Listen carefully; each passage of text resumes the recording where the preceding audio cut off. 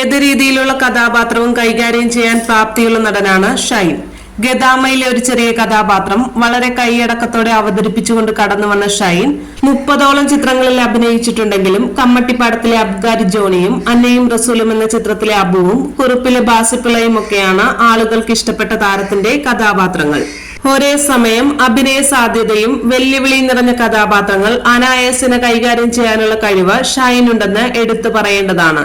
സഹസംവിധായകനായി വന്ന അഭിനേതാവായി മാറിയ ഷൈൻ മലയാള സിനിമയിലെ മികച്ച കാലിബറുള്ള യുവനടനാണെങ്കിലും അടുത്തിടെയായി അദ്ദേഹം വാരിവലിച്ച സിനിമകൾ ചെയ്യുന്നുവെന്നത് പ്രേക്ഷകരിൽ അസ്വസ്ഥതയുണ്ടാക്കുന്നുണ്ട്. ചിലപ്പോഴൊക്കെ എല്ലാ സിനിമകളിലും ഒരേ പ്രകടനം തന്നെയാണ് താരം കാഴ്ചവെക്കുന്നതെന്നും കഥാപാത്രങ്ങളെ അവതരിപ്പിക്കുമ്പോൾ താരം വ്യത്യസ്തത കൊണ്ടുവരാത്തതിനാൽ ആവർത്തന വിരസത തോന്നാറുണ്ടെന്നും ആരാധകർ അഭിപ്രായപ്പെടാറുണ്ട്. കഴിഞ്ഞ കുറച്ച് വർഷങ്ങൾക്കുള്ളിലാണ് ഇന്റർവ്യൂകൾ വഴി ഷൈൻ വൈറലായി തുടങ്ങിയത്. എന്തു കാര്യത്തെക്കുറിച്ച് ചോദിച്ചാലും മറുപടികൾ ഷൈനിൽ നിന്നും പ്രതീക്ഷിക്കാം. മറ്റുള്ള സിനിമാ താരങ്ങളെ പോലെ ഡിപ്ലോമാറ്റിക്കായി സംസാരിച്ച് കണ്ണിൽ പൊടിയിട്ട് പോകുന്നതിനോട് യോജിപ്പില്ലാത്ത നടൻ കൂടിയാണ് ഷൈൻ. പ്രേക്ഷകരിൽ ഒരു വിഭാഗത്തിന് ഷൈന്റെ ചിന്തകളോട് താല്പര്യമാണ്.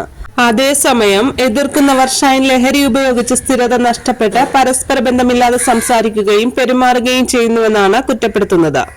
ഇപ്പോഴിതാ ഷൈനിന്റെ ഏറ്റവും പുതിയ അഭിമുഖത്തിലെ ചില ഭാഗങ്ങളാണ് വൈറലാകുന്നത്. താരങ്ങളുടെ പ്രതിഫലവുമായി ബന്ധപ്പെട്ട അവതാരകയുടെ ചോദ്യത്തിന് കുറിക്കുകൊള്ളുന്ന മറുപടിയാണ് താരം നൽകിയത്. ഇന്നേ വരെ ഷൈൻ പ്രതികരിച്ചതുപോലെ താരങ്ങളുടെ പ്രതിഫലവുമായി ബന്ധപ്പെട്ട വിഷയത്തിൽ മറ്റൊരു താരം പ്രതികരിച്ചിട്ടുണ്ടാകുമോ എന്ന് സംശയമാണ്. സിനിമയിൽ നായകന്മാരെക്കാൾ കുറഞ്ഞ ശമ്പളമാണല്ലോ നായികമാർക്ക് ലഭിക്കുന്നത് എന്നതിനെക്കുറിച്ചായിരുന്നു അവതാരകയുടെ ചോദ്യം.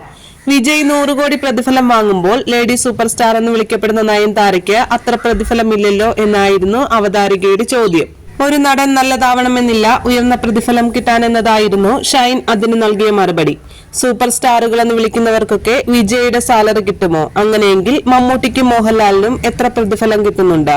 കമൽഹാസനോ? അവരെക്കാൾ നല്ല നടനാണോ വിജയ്? അല്ലല്ലോ. അപ്പോൾ ഒരു നടൻ നല്ലതാവണമെന്നില്ല ഉയർന്ന പ്രതിഫലം കിട്ടാൻ. അത് ആണാവണം പെണ്ണാവണം എന്നുമില്ല.